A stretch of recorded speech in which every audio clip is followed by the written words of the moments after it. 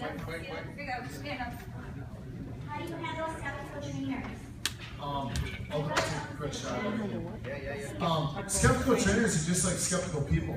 I think people think because somebody's a trainer, they should get it that much quicker. And I would ask you, if you're talking to trainers, it's the same odds. Talk to 10, if you're normally talking to 10 and getting 2, trainers are a little, like we all said, we all had strong egos. Maybe you talk to 10 and get 1, so don't judge if trainers are interested or not. Treat them just as any other lead. Realize that top people in the company, Jeff Birdie, you know, a waiter, Cheryl Cortese, a teacher, that trainers are leads just like everybody else. And I would just say, you know, the skeptical one, just leave them some information just like you would, put them on your drip list.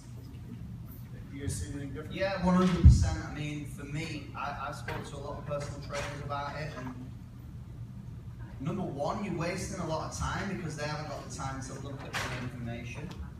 So not only they haven't got the time to look at the information, they haven't got the time to come to an event. Those are the stories that they tell themselves, by the way. That isn't always the truth.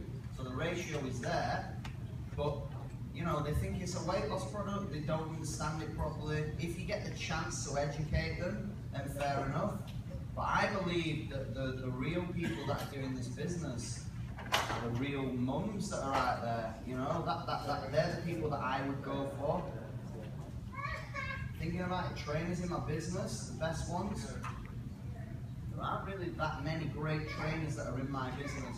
The best people that are doing it are the mums. So I would probably switch your attention, and you know, the 80-20 rule works out. Just go after the people that are doing the business. Your Emma Carroll, your Katie Ravies, your Sinead Kavanaghs, they're all girls, they're all mums. These guys are smashing the business. So I would potentially look at switching your angles slightly. Are you a PT?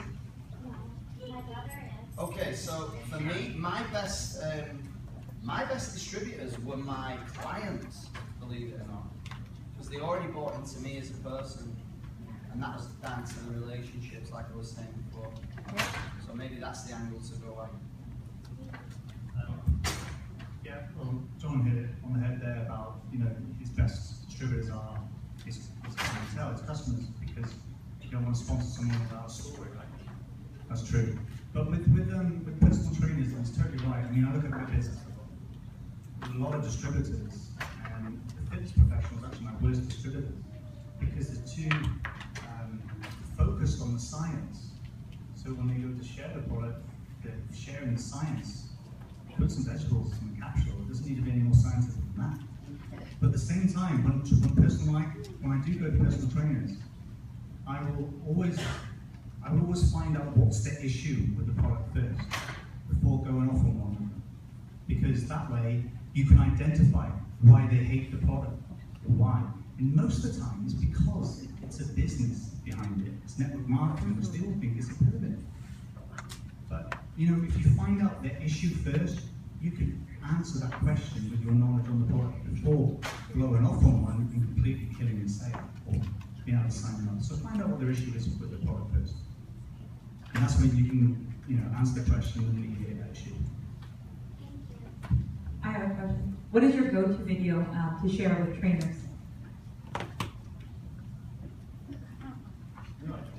For me, I use Emma Buckley's stuff. She's the Irish nutrition lady. I always find like sharing stuff from where you're from works better in the UK anyway. So I would try and find somebody that's done a personal training video in the US and share that with somebody else, like for like. But Emma Buckley's stuff's really, really good. She's a TV nutritionist. Dave O'Brien's got some amazing stuff as well. James Knight's got an amazing, sorry, forgot about him. I know what you're going to say. Another thing to share with trainers too, if they're skeptical of the product, send them the, you know, depending on what age bracket they're in, you know, if they're a younger trainer, Gen Y video, you know, get them on the opportunity. And, you know, when they look at the opportunity strongly, take a stronger look at the product. So you can reverse it in too and go, hey, obviously, you know, you're tied to your time. Would you like an extra $500 a month when you're not working? And send them the Gen Y video. Also, you can just send them to my page, which is James Knight Personal Trainer. No, but what you can, just get an name on John. What you've got to understand with a lot of personal trainers is they will pay a high rent to the facility that they're training in, unless they own the facility. Now they're going to be paying, in London, they'll pay anything up to, say, in dollars terms, $1,500 a month just to train a client in Kensington or whatever. So the way I hit with them, I said, look, I was a personal trainer, or I know, what you can say is, I know a personal trainer, and he looked at it like this. He was fed up paying high rents, working 30, 40-hour weeks to earn half of that to pay it to the gym, not knowing whether he had the security, whether that client was going to turn up. And what he found was he had an amazing product to give them the foundation about, and also earn back from that client a residual income whether they turned up or not. And then they could always afford to pay their rent.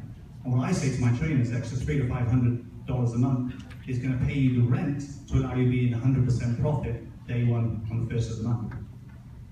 The go-to video would definitely be James Knight Personal Trainer.